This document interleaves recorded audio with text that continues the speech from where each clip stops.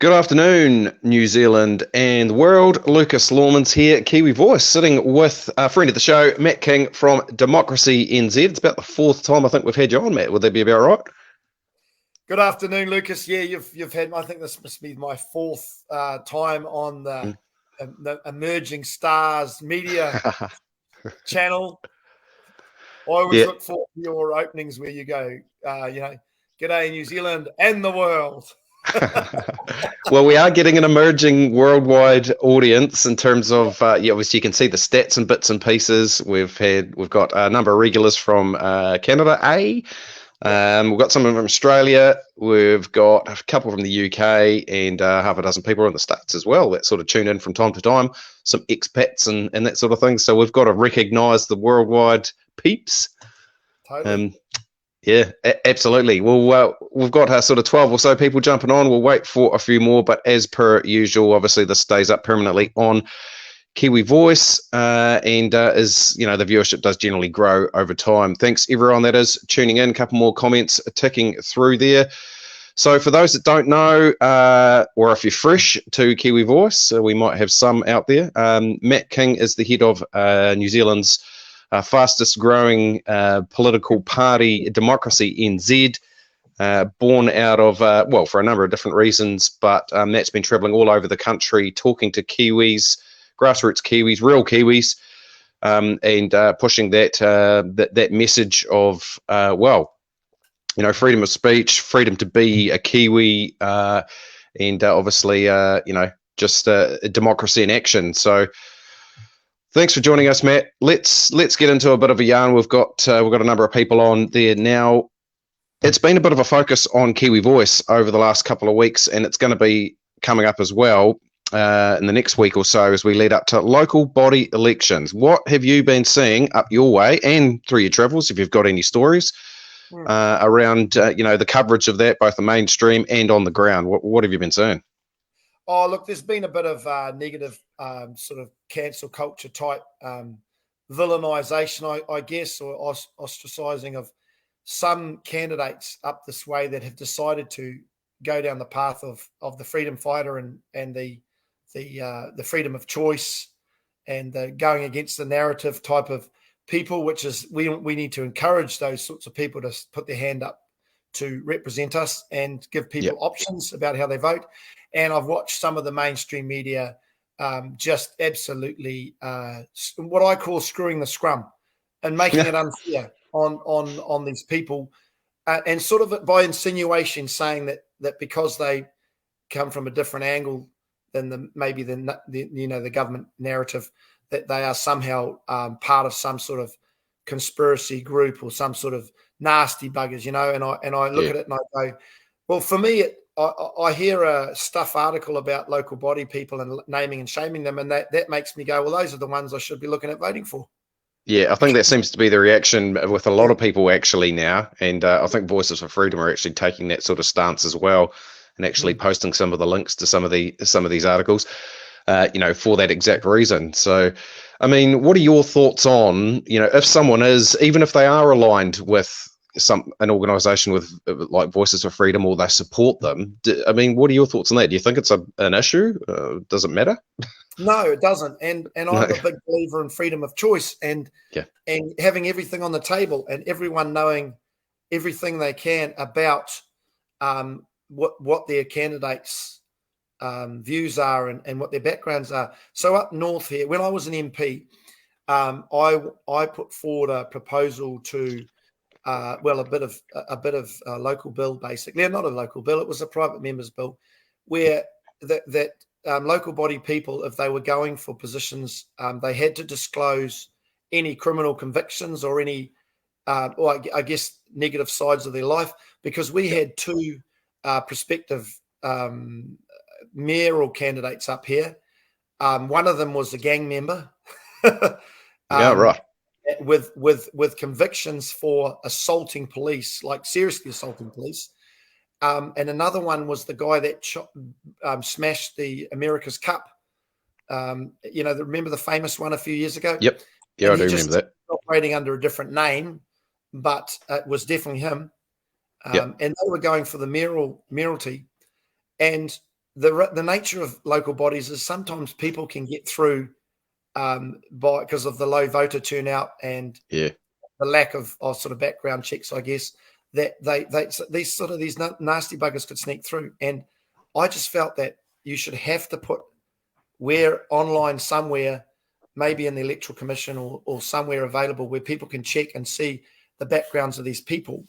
And then and I'm not stopping them running. Like, I wouldn't be against that. And I'm not opposed to them actually putting their name in the hat, but that people have a fair understanding of what they actually have done. So criminal history checks had to be made public, and then you can make your judgment call. And that's what I put forward when I was an MP. And I see now people being unfairly maligned because they just have a different narrative than what the government go with. And I just think that's wrong. I believe it's against democratic processes, and it's bad for Kiwis to allow this sort of cancellation and demonizing of people to actually go on, you know?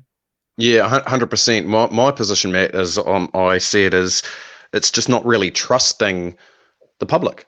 No. You know, like Stuff's taking it up. Stuff is the main perpetrator. There's been obviously articles in other mainstream outlets, but Stuff's been on this massive campaign.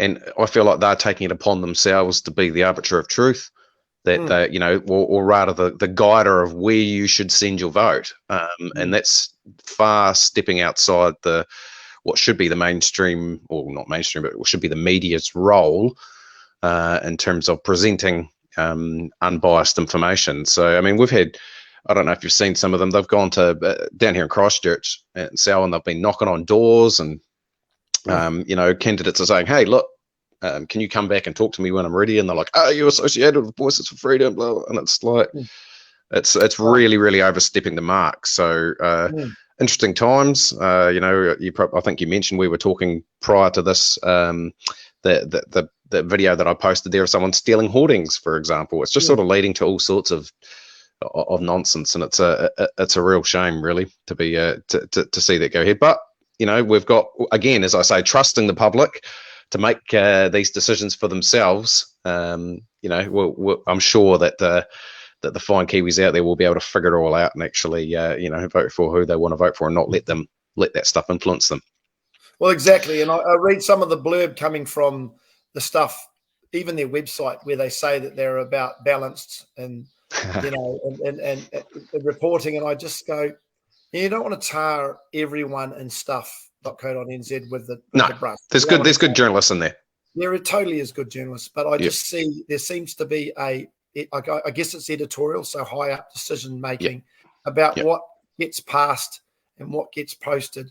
And I just think that at the moment we are not being served well by large aspects of our mainstream media. I mean, in a democracy, you've got to have a fair and balanced and unbiased media. And at this point in time, we don't have that. We don't have that luxury. So, well, it's not a luxury. It's a basic right. So, when I see these Stuff articles coming out and these Fire and Fury documentaries coming out, it really does worry me for New Zealanders. It really does, because there is a lot of people that just get their basic information, how they make their decisions about voting and other things, from mainstream media. They do not do their own research, and so you could say they're misinformed in many cases.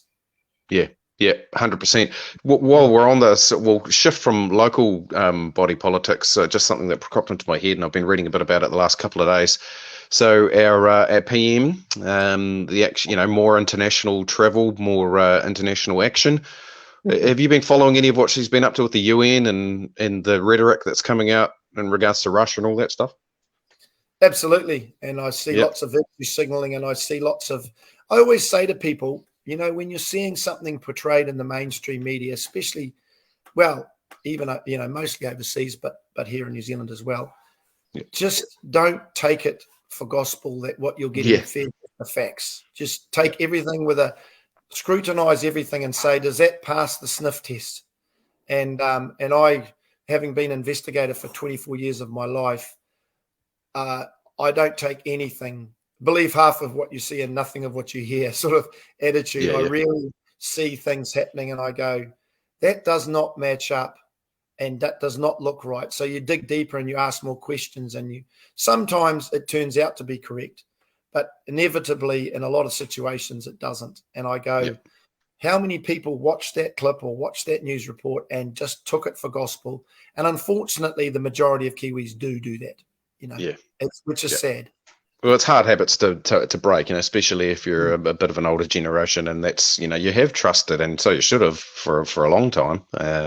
Your One News, Three News, and your main newspapers, etc. And that's the way you do things. It's how you get your information. So to shift to have to question basically everything is a tough place to be. Hey, look, the Russia-Ukraine situation, obviously we could talk about that as a separate thing for ours. We won't get into that. But as I said, the PM has come out strongly condemning again, and it feels like it's escalatory rhetoric is the words that I would use. What's your position on that? My position, just to give you context, I guess, is that in Kiwi Voice, I continue to say is that we should stay out of it.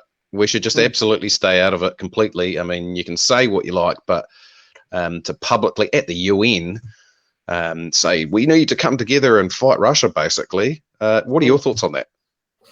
Look, once again, I look at mainstream media reports of what's allegedly happening overseas, and I take it with a large number of previous experiences with portrayals of what's happening overseas, and I take it with a grain of salt. In the Vietnam War, every day the Americans announced that they had that 25, say for example, 25 American soldiers lost their lives, and 250, or not 250, 2,500 Viet Cong were killed. And that was the propaganda pumped out every day, the whole time, to the American public to allow them to support the fight and to believe that they were doing right. And it's only from soldiers returning from the front lines and coming back and telling the truth that we realized that was all just propaganda rubbish and that was happening in the 60s. So so you look at it and you go, that was happening then. What we've got is far more advanced capability to portray things with technology a different way.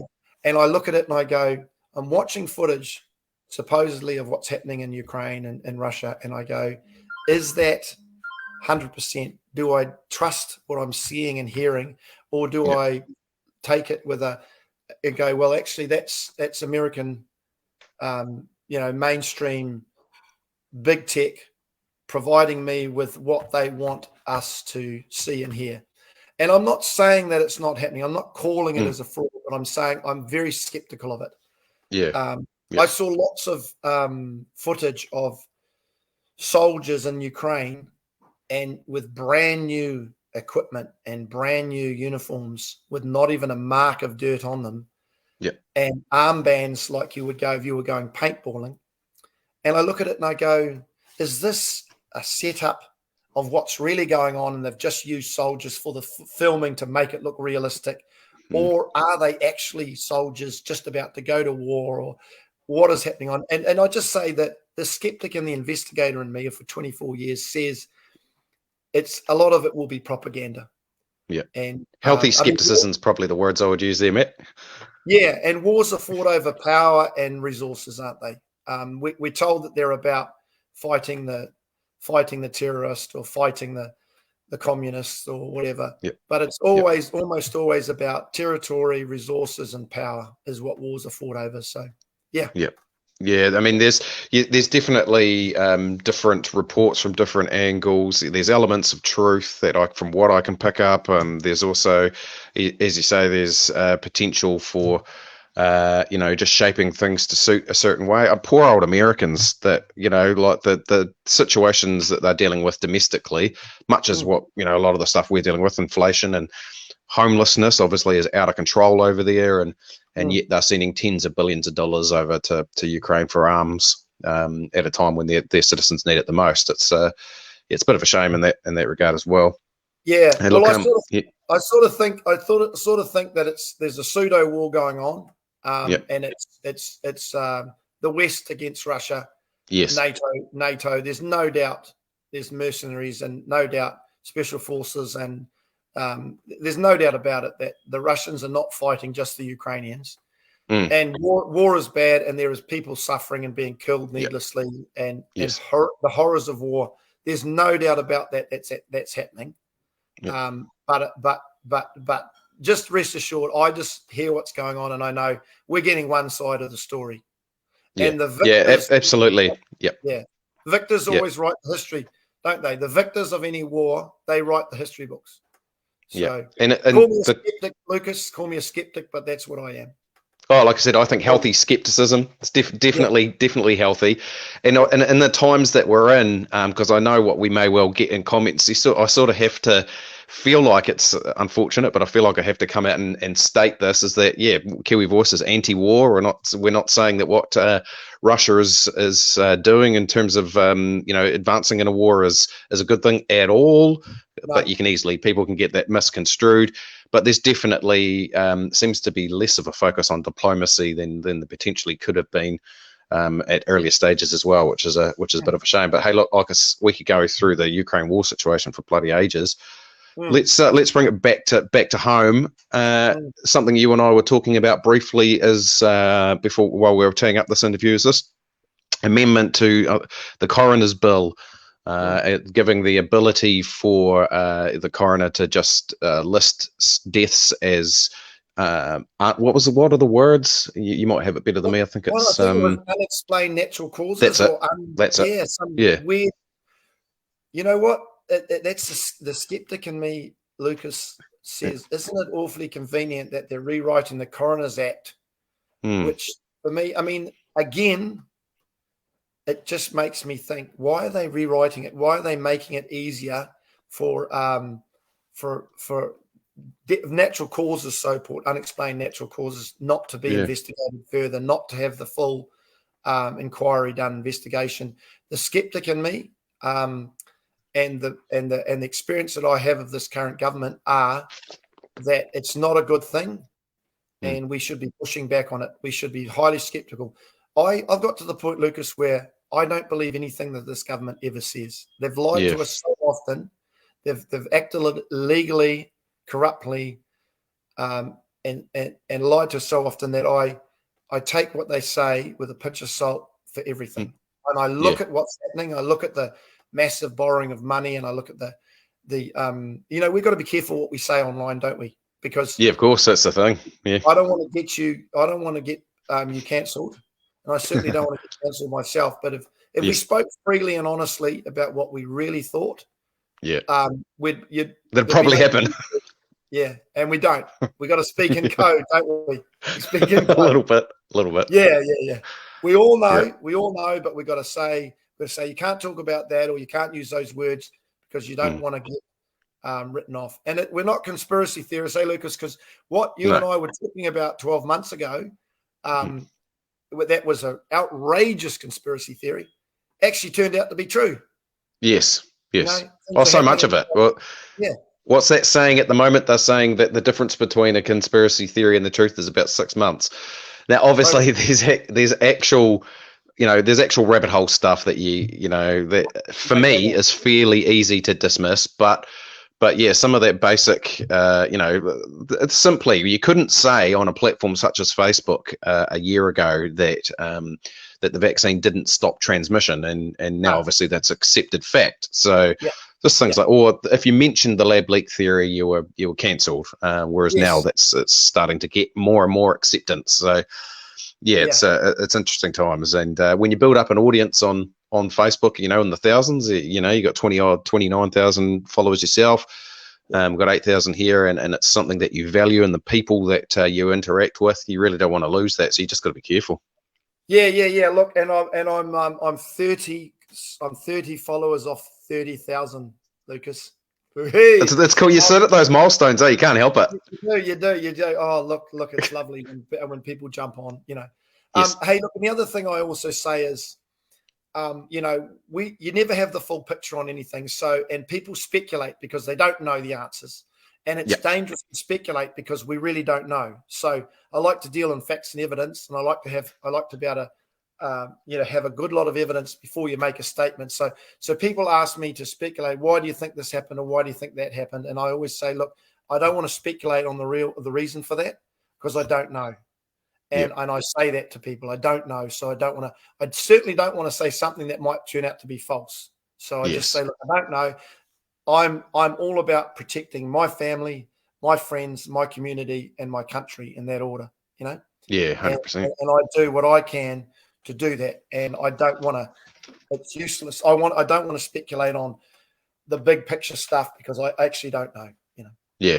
Yeah. Hey, look, I've just picked up a comment there, which is probably we didn't really clarify. So Ardenus has said, so our coroner's not allowed to state a link to the jabs being the cause. Now, that's not the case, Ardenus. What the change is essentially allowing coroners, currently as it stands, coroners need to go through a full investigation to be able to determine cause of death. The change, or the proposed change in the bill, is it's going to give them the ability to basically list any death they like, essentially as unexplained natural causes. So not really giving much closure to families, etc. So that's the change that's being proposed. Just wanted to get that clarification out there. Something else I wanted to put forward for you, Matt. It's a story that's been in mainstream and been spoken about by Grant Robertson and a couple of others in the Green Party there as well. It's this whole feeling that they're saying that the landscape out there for politicians is dangerous, that they're going to change their campaigns in terms of their walkabouts, etc. They're concerned. One, what are your thoughts on that? And two, are Democracy NZ going to stop going to these awesome venues and talking to people because you're scared of being shit thrown at you? You know what? My safety in walking around is I have no qualms about walking in amongst New Zealanders wherever I go, from the top of the country to the bottom.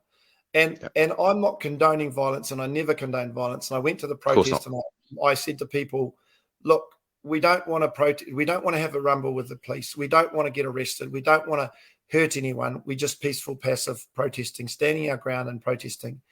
And I think what's happened is people are so frustrated and at the end of their tether with the decisions made by this government and the lack of humanity and the lack of compassion and the lack of logic in the decisions they've made. So people are some people are desperate. And I'll give you an example. Like several years ago, 15, 18 years ago, Helen Clark came to Northland to open a centre, right? And I was in the police then, and I did a little bit of training with personal protection, so I was assigned to look after her, funnily enough. Oh, yeah, and bodyguard. Nice. Bodyguard sort of thing. Bodyguard, yeah. I won't tell the full story, but she came with one person from Wellington, one bodyguard, and I was the second. And we were in front of hundreds of people, and she was at no risk. There was two of us.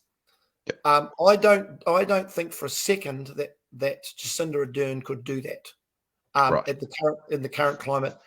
There would be, her safety could not be guaranteed. And I believe that she didn't have Waitangi Day because there was no COVID reason not to have Waitangi Day, was because I believe, and this is only me speculating here, so I'll do one speculation. Sure. Yeah. Is that her security detail probably said, we can't protect you, we can't guarantee your safety if you go to Waitangi Day and have it open like normal.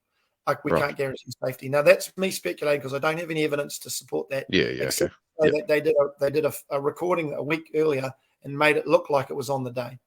Even if you watch the recording, it says live, and yet it was recorded a week ago. And the only reason we know that it wasn't live is because a week before, we saw on Facebook her trying to escape through Paihia and some local cutting her off in a vehicle and filming it live. So for me, I think to a degree, the climate that this current government have created for themselves, in terms of desperate people losing their livelihoods, losing their loved ones.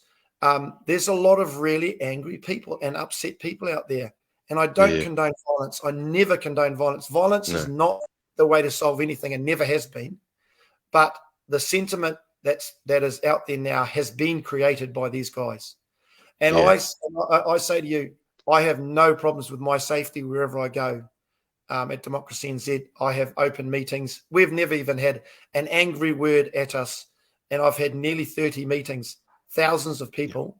And I have had, yesterday one person shouted something and walked out, but she was a well-known activist that came in for 2 minutes, shouted something and walked out. That is the only thing out of nearly 30 meetings. Her right to do so, I guess, as long as she's only speaking. Yeah, exactly. Yeah, so it is sad that that some politicians are being threatened. I do. It is sad, and that's never the right thing, because all that'll happen is they'll stay behind closed doors, and they'll just react that way. And we don't want that. We want people to be accessible to their politicians so that they can get their point of view across. So I will always be accessible. I will walk into any crowd anywhere, and that's a guarantee I'll put down on the table right here, right now. I have no qualms about it. I enjoy face-to-face meetings with people, whether they're angry or not. It's just part of the job. Yeah. So just to clarify then, so you do think there is a potential, there is a little bit more risk for some of these Labour politicians, etc., but it's of their own making. And essentially it's that loop. They're going to become less accessible as a result of that, because of the decisions that they've made and the environment that they've created, which is going to get people probably even more pissed off, and then around and around we go. Is that a fair summary? It is, and I'm not saying it's the right thing, because I love the fact that we live in a country where New Zealanders can go have face-to-face meetings all over the country with their politicians. That's the beauty of this country, and it always has been the way, and I wish that can continue. But all I'm saying is that I can see where it's coming from. This frustration and this anger, I can see it. It's real, and Kiwis have never been so discriminated against and never been so divided as we are now. I've never seen our country this bad in my 55 years. Yeah, I can't remember it either. I'm totally with you, and I think obviously a lot of people out there are thinking the same thing.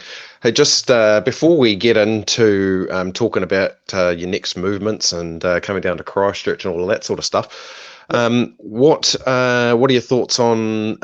Has there been any further movement around any of the agriculture stuff directly relating to your farm? Any further, push on regulations? Had any words further with Groundswell or any of those people? Anything going on that area? Yeah, we talk to Groundswell all the time. They're advocating hard for the farmer. It feels to me like they're the only main organisation that is actually advocating for farmers now. And I think that some of the bodies that are meant to represent rural New Zealand is actually they tried to negotiate with the government and tried to softly approach. And for me, as a farmer myself, I believe that we're poorly represented in Parliament now. In my old party, there's an exodus of farmers out of the party. It used to be that they were the foundation of the party was rural New Zealand, and they represented them well. But there's a whole lot of them retiring and leaving, and a few of them went out that have a rural sort of exposure and background. So that's not good for them. As I said, I'm talking to Groundswell a lot, and we will have some Groundswell people as candidates in the party. Good. I can tell you that now. Yep. I'm a farmer myself, and I recognise that farming vote is not going to win you the election. You have to win. We have to win urban New Zealand to win an election. But I think that we're poorly represented at the moment in the political scene. Farming is it's our backbone. We rely on our farmers. It got us through COVID. Our farmers, and I think that our rural communities need more respect and representation in Parliament. So that'll be one of our key areas for Democracy NZ is our rural vote and our supporting rural New Zealand. Oh, excellent. No, that's cool to hear. And I note today, just as a note, you may want to comment on it, you may not, but there's the School for Climate strike today. So schools across the country, thousands of students are protesting against the government for not doing enough for climate change. Now, we don't need to go into that again. It's probably a whole nother hour or so's conversation. But one of the tenets that they're protesting for is they want to halve the dairy stock in New Zealand. Just thought came into my head after we were talking rural stuff. Yeah, do you want to comment on that? Yeah, I do. Thanks for that. Yeah, okay. Yep. So we won't go on because, like you say, it could be another 2-hour session. But what I will say to you is this: is that we want, as rural New Zealand farmers, Well, what's that? Yep. Is that Oh, sorry, it's my phone. It'll stop in a minute. phone? It's another phone. It'll stop. It'll stop. So as rural New Zealand, we're told constantly that we're the polluters. Like nearly half of our pollution, our emission is from farming, right? Apparently.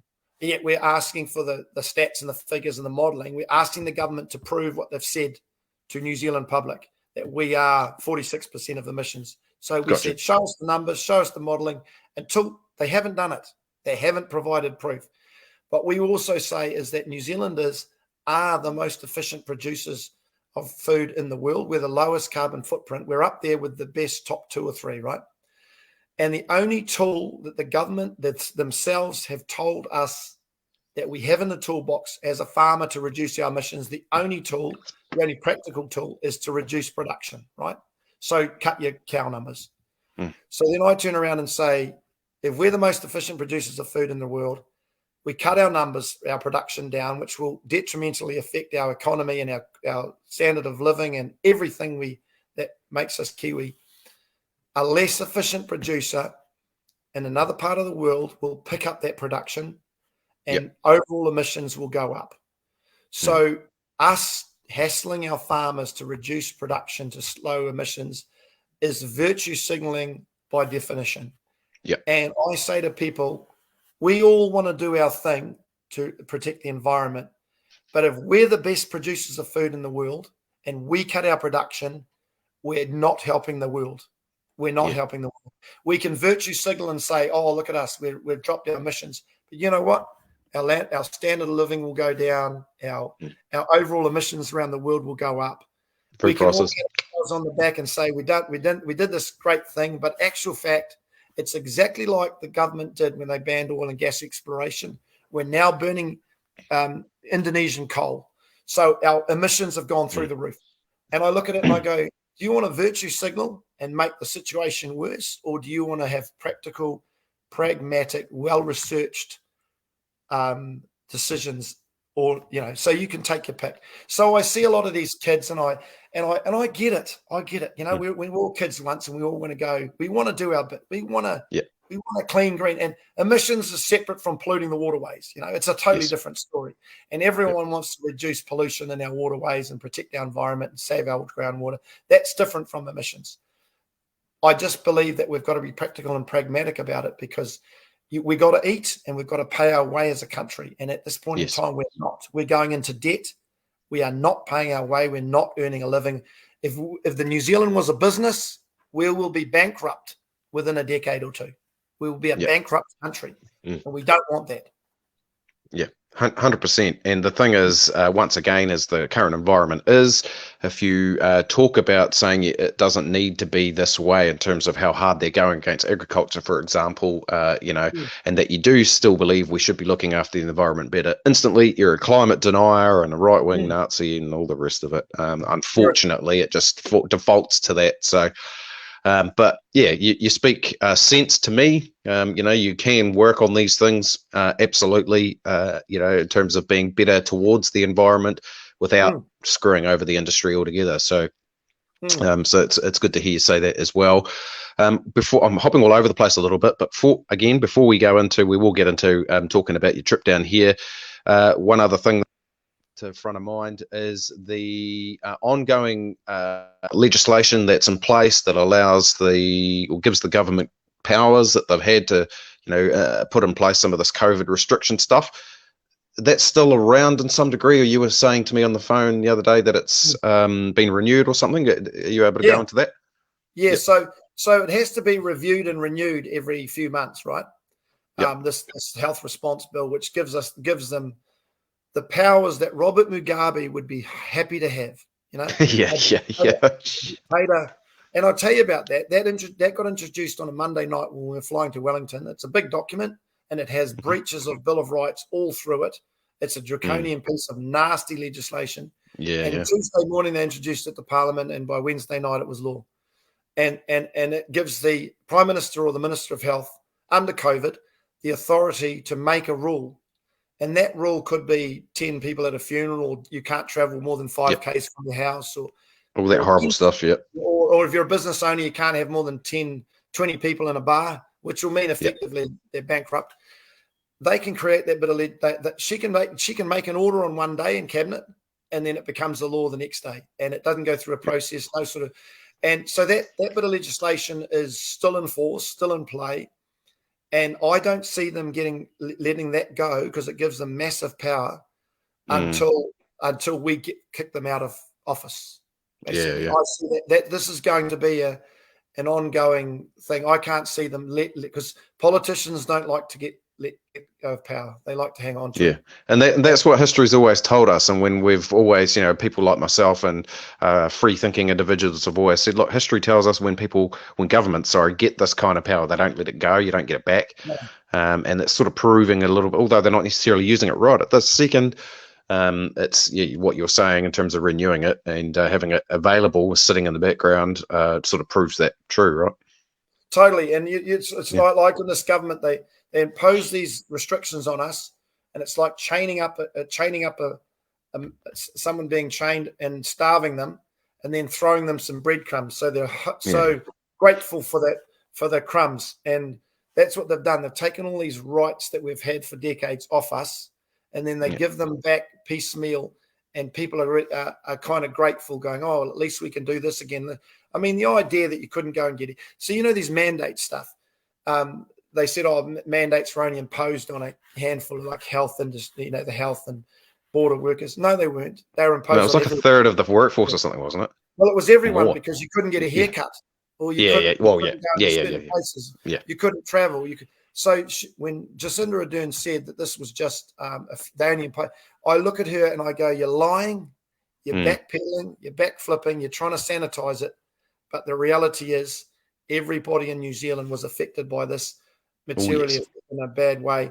And for me, Lucas, I will never forgive them for this. In fact, no, I'm with you. Me advise me at Democracy NZ is to get these guys out. I want them gone. They're the worst government we've ever had, and I want them gone. Yeah, strong words, but I'm absolutely with you. So let's continue to work on that. Speaking of which, Democracy NZ, let me go and try and get the technology working here and chuck up. It's there. Let's do it. Tell us about your trip coming down to this. Tell us about this. Okay, so every week or two, every sort of fortnight, we've consistently for the last few months, we've been going on what we call our roadshow. So last night I had a meeting in Russell in the Bay of Islands, in the lovely little community of Russell, and we filled a pub, and we had a great meeting. And next week we're off down to Rotorua, Taupo, and Te Awamutu. So if you look at that brochure there, we've got a little bit of what we stand for, a bit about our mission, the fact that we're not a left or right, something about left or right in politics, because those lines are blurred now anyway, Matt. There's probably no such thing anymore.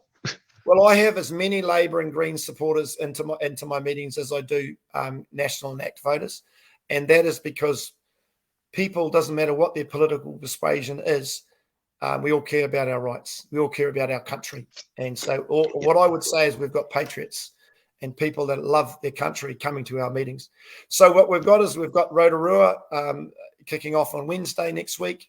Taupo, better get it right. Taupo, yep. Taupo. And Te Awamutu on Friday. And on Friday at the Te Awamutu meeting, we will be announcing our first of our candidates. We're really excited. Awesome. And so the people that are lining up to be our candidates are real beautiful people, like amazing people. And I'm really excited to be able to announce them. And I'm gonna release them in small bites. Like most of them will be announced next year, because I want to protect them. I don't want a target on their back. So, so we've got so this is an average week. And then I'll have a week maybe downtime on the farm and doing admin type work, and then we'll be on another trip, which will be Nelson, Blenheim, Picton, and Christchurch, and then we've got a trip to the deep south, Gore. So Timaru as well in that trip, and then I'm going to do Gore, Cargill, and Oamaru. Awesome. And then that'll take us through, and then I'm going to try and hit the West Coast, because I don't want to miss them out. We're going to try and get the West Coast early in the new year. Salt of the earth over there. Oh, beautiful place. And so that's the job, that's the mission we're on, and we're getting in front of thousands and thousands of Kiwis, and I'm answering questions. Like I say to people, look, you ask me whatever you want, and I'll do my best to answer it. And we won't promise the world.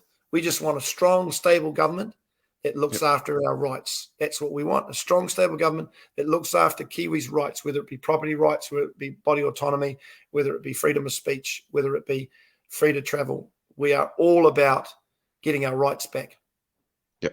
100%. Yeah, if anyone hasn't been along to any of these events for Democracy NZ, by all means do so. As Matt says, it's pretty open, it's pretty conversational, and friendly crowd. It's worth getting along to, even if you just want to find out a little bit more. What's the website again, Matt? It's called democracynz.org, and most of our meetings have been held in pubs. So we'll have a pub full of people. All coming along, most of them coming, 90% of them coming along to actually see us, but and they'll be sitting there having a beer, eating a meal, having a great old catch up with their mates, and then a little bonus Democracy NZ meeting takes place. And I'm really amazed by the numbers of people, their attitude, the critical thinkers, the love that we get shown, that we get shown from people, real genuine people. Like I'm so heartened by what I see when I go to these meetings now and I meet Kiwis from all over the country, and it's from the deep south to the far north. They're all the same.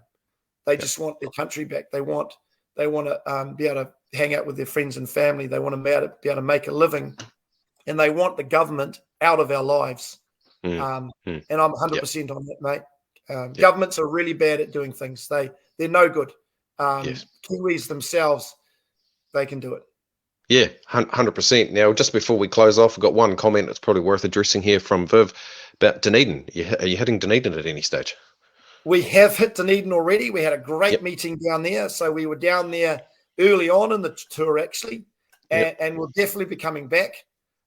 We were in the Kensington pub upstairs. Oh, yeah, that beautiful spot. Oh, Kensington. Yeah, it's my hood, Dunedin, so familiar with that. Is it? Many got out there. So that would be the Kensington upstairs at Kensington would be a traditional meeting place for Democracy NZ, and we'll be back there. So we'll have another meeting there in the new year sometime, and we'll be talking about some new things because as time tracks along, different priorities come forward for Kiwis. What they want. I think the priority will be, there's always in the back of our brain, we've got to get the COVID thing sorted, and we've got to get justice, and we've got to get healing. But what's facing people is going to be cost of living, and the economy, education, health will become more important, and we will be addressing them as we go. And we've got some good policies that we're going to announce closer to the election, because I don't want the other guys stealing them. But it'll be all along common sense, what's practical and pragmatic and common sense. And there'll be a theme running through our policies of let Kiwis do what Kiwis do. Yep. And you've been really consistent in that message. So that's cool to hear that continuing to be so. Hey, look, we'll close it off there. I've got to run. I've got a dog whinging. I've got another interview coming up. It's all go for Kiwi Voice. We're loving it. We're absolutely loving it. It's been awesome to talk to you again, Matt. As always, brilliant. Send us any of those, the promo pamphlet thingies you've got our way, and we'll chuck them up on the page for sure. Right behind you here at Kiwi Voice, a lot of our viewers are as well. And if you're new, obviously go and follow the website. Matt is on Matt King Northland, and Democracy NZ are both on Facebook as well. Pretty easy to find. Thanks for hanging out with us, and we'll talk to you again soon. Thanks, Lucas. And, you keep up the good work that you're doing, and you're going from strength to strength. And I admire a guy like you doing what you're doing, because I know you're doing it for love, because there's certainly no money in it. And the work you're doing at Kiwi Voice is very important for the democracy of this country. So big ups to you, and we'll no doubt talk again. Awesome. Thanks, mate. Appreciate it. No worries.